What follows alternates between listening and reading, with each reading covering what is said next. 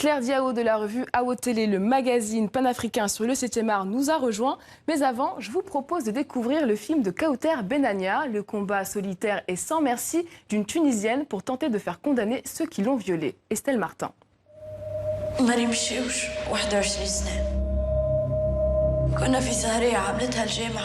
La belle, c'est elle, Mariam, jeune femme insouciante.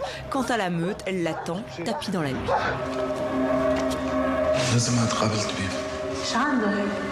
Ça parle d'un viol, mais on ne montre pas le viol. Ce n'est pas la violence directe qui m'intéresse, mais c'est notre rapport à l'institution. La violence comme ça, sournoise, cachée.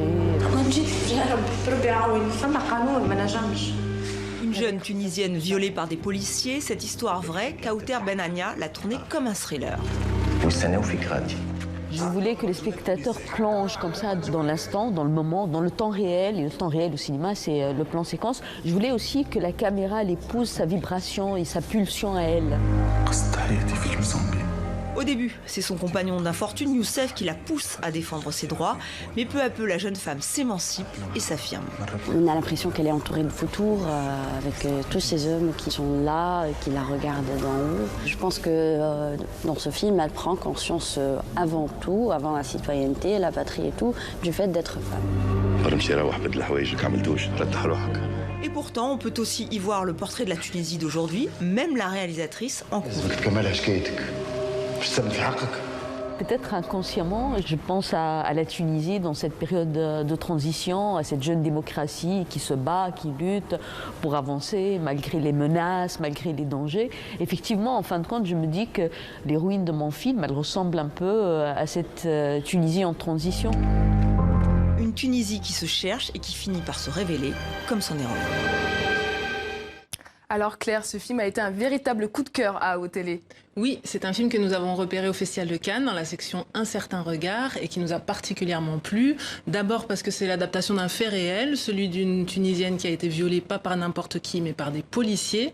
Et ensuite parce que justement dans la mise en scène mise en place par Kauter Benania, il y a toute une approche par rapport au viol. C'est-à-dire le viol au cinéma, on en a plein, on l'a beaucoup vu. Et soit les cinéastes s'attardent sur l'acte lui-même et la violence faite à la femme, soit on s'intéresse comme Kauter Benania à la violence de l'institution. Et c'est ça qui est particulièrement intéressant dans le choix de plan séquence, c'est qu'on va suivre la solitude de son personnage face aux institutions qui la condamnent finalement une deuxième fois. On a vraiment l'impression d'être avec l'héroïne. Kauter Benania, elle n'en est pas à son premier film en fait. Non, c'est une cinéaste assez prolixe qui a la chance en plus d'avoir une reconnaissance internationale. Certains cinéastes sont cantonnés au niveau national. Elle fait des coproductions et ses films voyagent à l'étranger. C'est une cinéaste qui en plus de ça s'intéresse toujours à la société tunisienne. Un film plutôt marquant qu'elle a fait s'appelle Le Chalat de Tulis. Et c'est surtout une femme cinéaste qui met en avant des femmes actrices, que ce soit dans des courts-métrages ou dans des longs-métrages. Donc on retrouvera d'ailleurs cette interview de la cinéaste dans votre prochain numéro d'AO Télé, un numéro que vous avez choisi de sortir lors des journées cinématographiques de Carthage. Pourquoi ?